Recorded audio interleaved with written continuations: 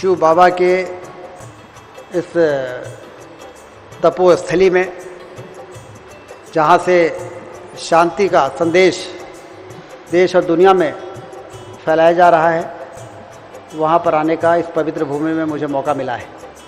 ब्रह्मा कुमारीज के अंतर्राष्ट्रीय मुख्यालय आबू रोड स्थित शांतिवन में चल रही ग्लोबल समिट का शुभ संकल्पों के साथ समापन हो गया।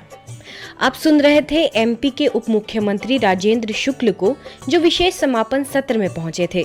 आगे उन्होंने दादी प्रकाशमणि जी को याद किया और कहा कि गिरती मानवता के लिए संस्था को आशा भरी नजरों से देखा जा रहा है।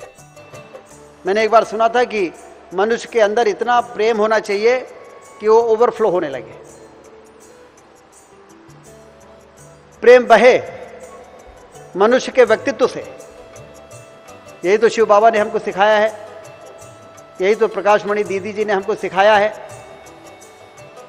और इतनी मजबूत फाउंडेशन उन्होंने स्थापित की है कि 37 से लेके आज तक ब्रह्म कुमारीज, भले विकृतियां बढ़ी हों, लेकिन ब्रह्म कुमारी इंस्टीट्यूशन का हौसला कम नहीं हुआ है, वो हौसला भी उसी प्रकार से बढ़ता चला गया।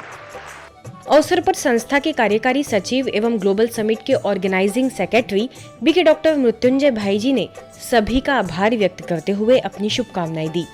समरस भारत और विकसित भारत और गरीबी से मुक्त Bharat, crime free, disease free और पॉल्यूशन फ्री, पॉवर्टी फ्री, ऐसे एक भारत बनाने का संकल्प है। इस संकल्प के साथ जुड़े हुए राजेंद्र शुक्ला जी साहब को और आप सबको मैं धन्यवाद देता हूँ, ऐसे कार्य को हाथ बढ़ा रहे हैं। आगे कार्यक्रम में देशभक्ति का रंग बिखेरने वाली सुंदर सांस्कृतिक प्रस्तुतियां हुई, तो वही इंडियन आइडल 14 के फाइनल में रनर अप 2 रहे राजस्थान के पीयूष पवार ने भी डायमंड हॉल में अपने सुरों के रंग से सभी को मंत्रमुग्ध कर दिया। देखिए उसकी कुछ खास झलकियां। हो हृदय में नहीं बदले की भावना, सबकी खातिर सदा हो ये शुभ कामना। चंदा में तुम ही तो भरे हो चांदनी, सूरज में उजाला तुम्हीं से।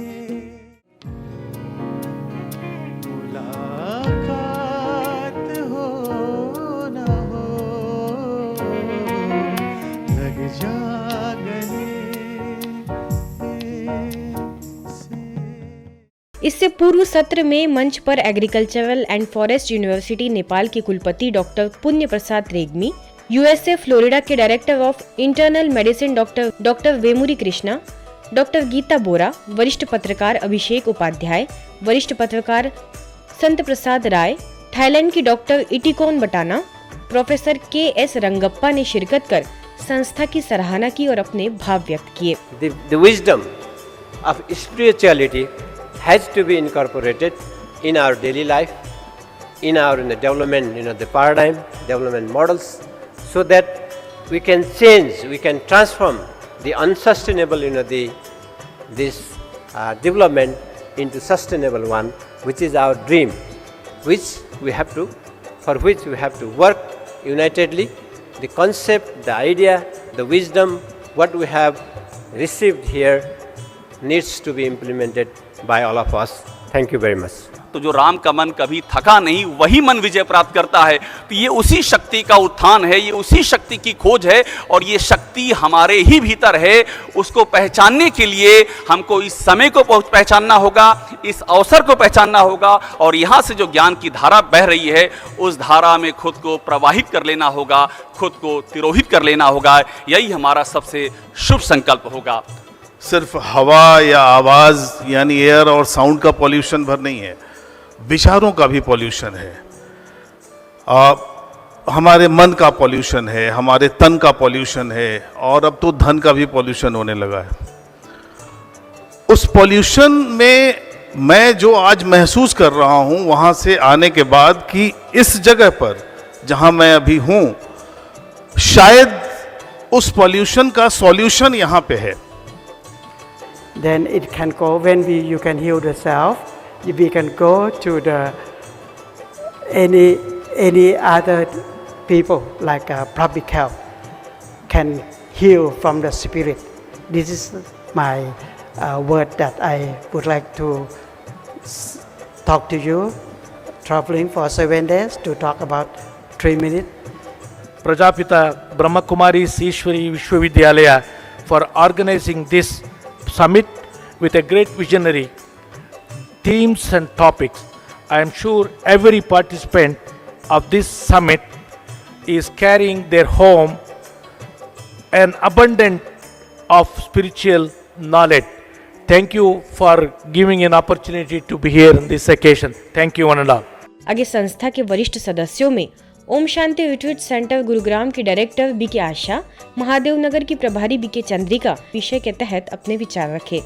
और मैंने अपने जीवन में ये अनुभव किया है कि अगर आप निश्चय विश्वास बनाए रखिए, कुछ भी हो तो उसकी जो शक्ति है और परमात्मा की जो मदद है उससे अच्छा होता ही रहेगा।